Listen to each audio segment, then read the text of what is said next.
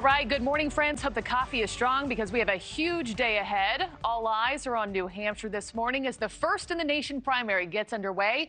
Right now, what you're looking at, you're taking a live look inside of a polling location at Londonderry High School in New Hampshire. Voters starting to show up, polling officials starting to show up. From our NewsNation headquarters in America's Heartland, I'm Markie Martin. Thanks for waking up with us and starting your primary Tuesday right here. Now, Nikki Haley earned a small victory just after midnight, sweeping the first vote of the primary season.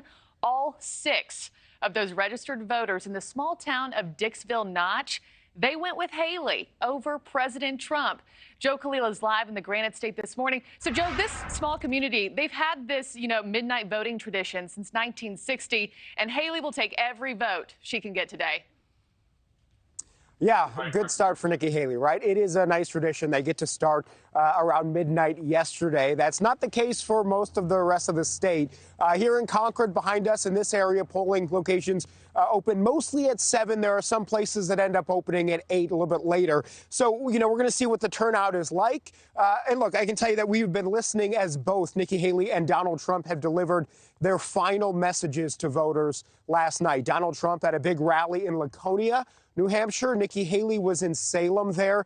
She was delivering an address at a ballroom hotel. There was actually an overflow room for all the supporters there. So a lot of enthusiasm that we have seen for both of those candidates. For Donald Trump, it was a speech that didn't really reference Nikki Haley all that much. The former president really had his eye on the general election. His message to his supporters was, you got to show up. He says he's confident he's going to win, but the margins of victory, he says, are going to be important because they would send a signal to President Biden and his campaign about the strength of Donald Trump as a candidate in 2024. Nikki Haley's message, obviously a lot different. She delivered her regular speech, which we have heard now quite a few times, her vision for fixing the economy, the border, foreign policy, with a warning, though, that she says both President Biden and President Trump are past their prime and the country needs to go down a different path. I'm going to let you hear from both of those candidates,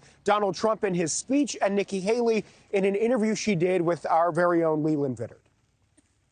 The numbers, in my opinion, will be higher than what you're even seeing. And you're seeing very big numbers, but you got to go and vote.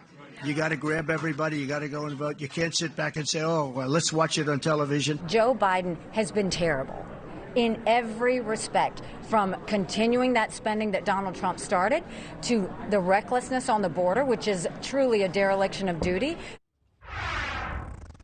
So, Mark, as we mentioned, this polling place behind us here in the Concord area looks like doors are opening up pretty soon. We're getting a couple of cars coming in, some election workers. We're going to hopefully head inside. I can tell you that according to the polling that we've seen so far, Donald Trump has consistently had a double-digit lead over Nikki Haley, something that she would have to surpass with more independent-minded voters, potentially even Democratic-leaning voters who were unregistered. So we'll see whether that crowd turns out or whether you have the more Trump base turnout in larger numbers. Ultimately, that is what's going to tell us who wins this crucial New Hampshire primary. Markie? Yeah, we'll let them do the talking and see how today shakes out. Joe Khalil, thanks so much. Thanks for watching, everybody. Go to joinnn.com to find NewsNation on your television provider. Also, don't forget to click that red subscribe button below to get more of NewsNation's fact-driven, unbiased coverage.